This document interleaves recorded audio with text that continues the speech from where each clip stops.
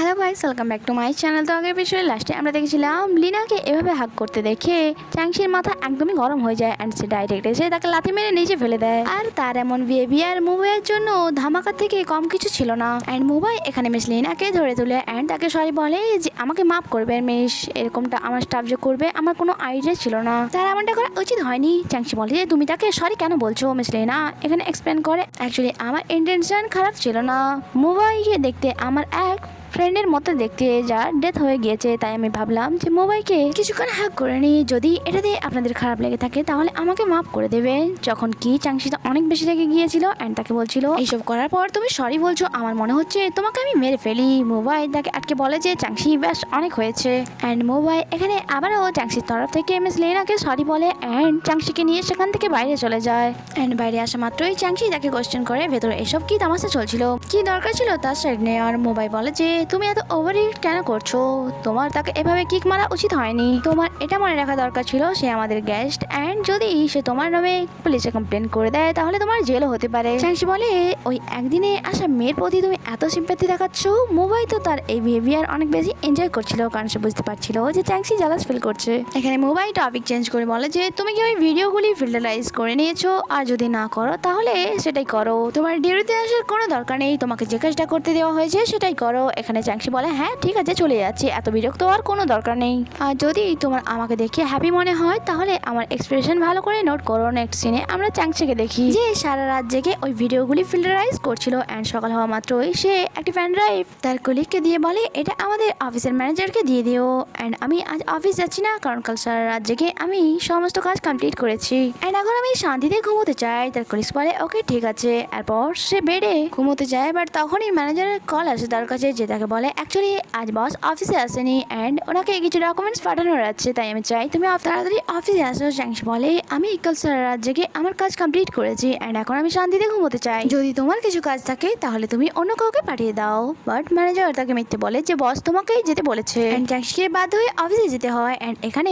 Manager তাকে একটি file দিয়ে বলে যে এটা তোমাকে বসকে দিতে হবে অ্যান্ড এটাতে বসের সাইন করার পরেই তুমি এটাকে নিয়ে ফিরে আসবে। নেক্সট দিনে আমরা চাংশিকে দেখি সে মোবাইল বাসায় পৌঁছে গিয়েছিল অ্যান্ড যেখানে বাইরে দাঁড়িয়ে দাঁড়িয়ে তার চোখ লেগে গিয়েছিল অ্যান্ড মোবাইল তাকে দেখার পর বাসায় ভেতরে আসতে বলে অ্যান্ড তাকে বলে ফ্রিজ থেকে নিজের জন্য ড্রিঙ্ক বের করে নাও, আমি ততক্ষণ এই ডকুমেন্টসগুলি চেক করে নিচ্ছি। অ্যান্ড এই চক্করে চাংশি ঘুমিয়ে পড়েছিল আর যখন তার ঘুম ভাঙে সে দেখে অনেক বেশি রাত হয়ে গিয়েছিল অ্যান্ড তখন কিচেন থেকে খুব ভালো খাওয়ার স্মেল আসছিল। বাট সে ভাবে এখান দিয়ে চুপচাপ চলে যাবে অ্যান্ড সে চলে যাচ্ছিল বাট মোবাইল তাকে দেখে আটকে নেয় অ্যান্ড বলে কোথায় যাচ্ছ, দেখো আমি তোমার জন্য কত কিছু কুক করেছি, তাই এসে আমার সাথে জয়েন করো।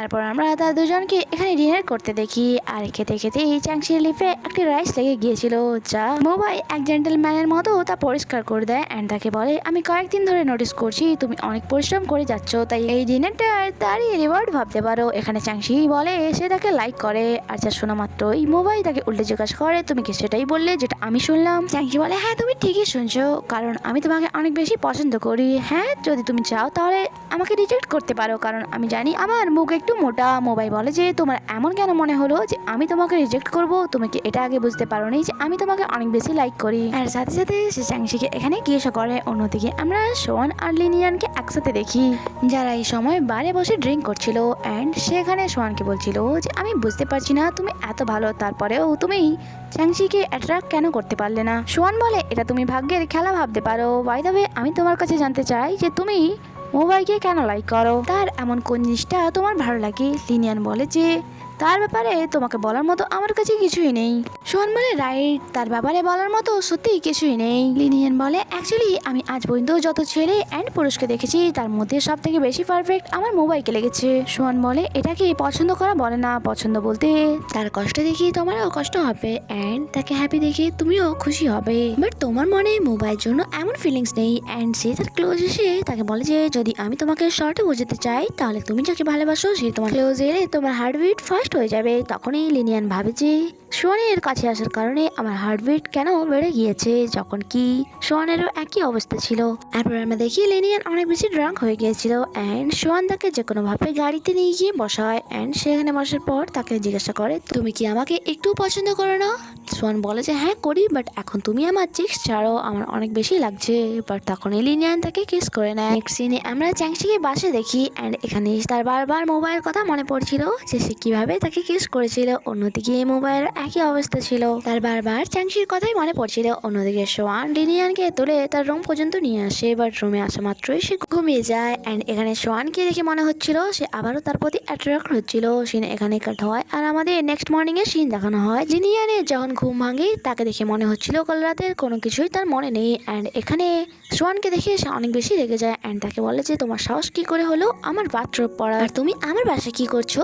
সোয়ান বলে যে তুমি কি চাও আমি এই বাথরুমটা খুলে দিই? বাট যখনই লিনিয়ানের নজর তার ফেসে ড্র করা লাইনের উপর পড়ে সে তো রেগে আগুন হয়ে যায় অ্যান্ড তাকে বলে তুমি আজ এখান থেকে বেঁচে ফিরতে পারবে না, তোমার সাহস কি করে হলো আমার সাথে এমন করার? সোয়ান বলে যে হিট করার থেকে ভালো আমরা ওয়ার্ডিং ইউজ করে নেই অ্যান্ড এখানে লিনিয়ান তার হাতে খুব জোরে কামড়ে দেয়। নেক্সট সিনে আমরা তাদেরকে ব্রেকফাস্ট করতে দেখি। এখানে সোহান তাকে বলে আরে ইয়ার আমাকেও কিছু খাইয়ে দাও, আমি তোমার সামনে বসে আছি। এখানে লিনিয়ানের বিহেভিয়ারকে দেখে সে বলে যে মনে হচ্ছে কাল রাতে কি হয়েছে সে ব্যাপারে তোমার কিছুই মনে নেই। কোনো ব্যাপার না, যদি তোমার না মনে থাকে তাহলে আমি বলছি তোমাকে।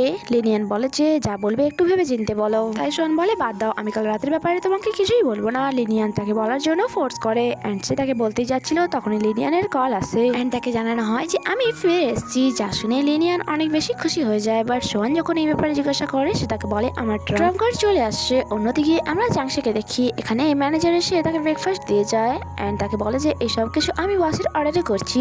এইসব কিছু চাংশির অনেক বেশি অকওয়ার্ড লাগছিল। আর যখন সে করিডোর থেকে যাচ্ছিল তখন মোবাইল হাতে একটি চিট দিয়ে দেয় যাতে লেখা ছিল ব্যাড রিভিউ। নেক্সট ডে আমরা চাংশিকে দেখি যে এখানে একটি বেড ঠিক করছিল, তখন এখানে মোবাইল চলে আসে অ্যান্ড তাদের রোমান্স আবারও শুরু হয়ে যায়। চাংশি বলে তুমি এরকমটা করা বন্ধ করো, তুমি তো ভালো করেই জানো যে আমাদের হোটেলের রুলসে এরকম পারমিশন দেওয়া নেই।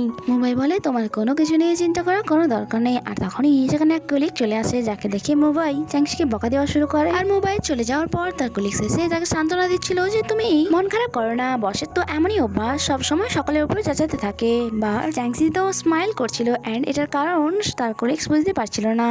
আর এখানে এই এপিসোডটি শেষ হয়। আগে কি হয় তা জানতে স্টে কানেক্টেড। Bye bye.